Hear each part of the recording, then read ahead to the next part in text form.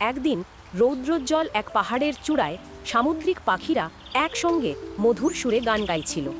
মন্টু নামের এক পিঙ্গুইন তাদের সঙ্গে সুর মেলানোর চেষ্টা করল, কিন্তু তার জোরালো হাস্যকর ডাক শুধু বিশ্রী শব্দই তুলল। মন্টু বুঝতে পারল তার এই অদ্ভুত ডাকের কারণে সে সবার কাছে হাসির পাত্র হয়ে উঠেছে।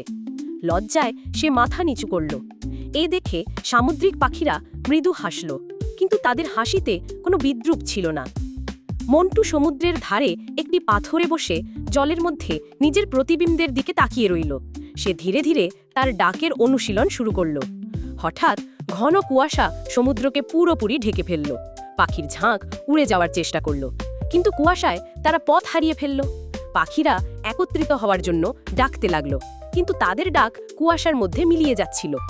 এই মুহূর্তে মন্টু গভীর শ্বাস নিল এবং তার সবচেয়ে জোরালো হাস্যকর ডাক ছাড়ল।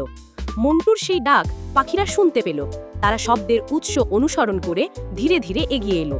মন্টু গর্বের সঙ্গে সেখানে দাঁড়িয়ে বারবার ডাকতে লাগলো, যতক্ষণ না তার বন্ধুরা নিরাপদে ফিরে এলো। পাখির ঝাঁক পৌঁছানোর পর মন্টুকে আনন্দ ও কৃতজ্ঞতায় ঘিরে ধরল। তারা গর্বের সঙ্গে তাকে উঁচু করে তুলল।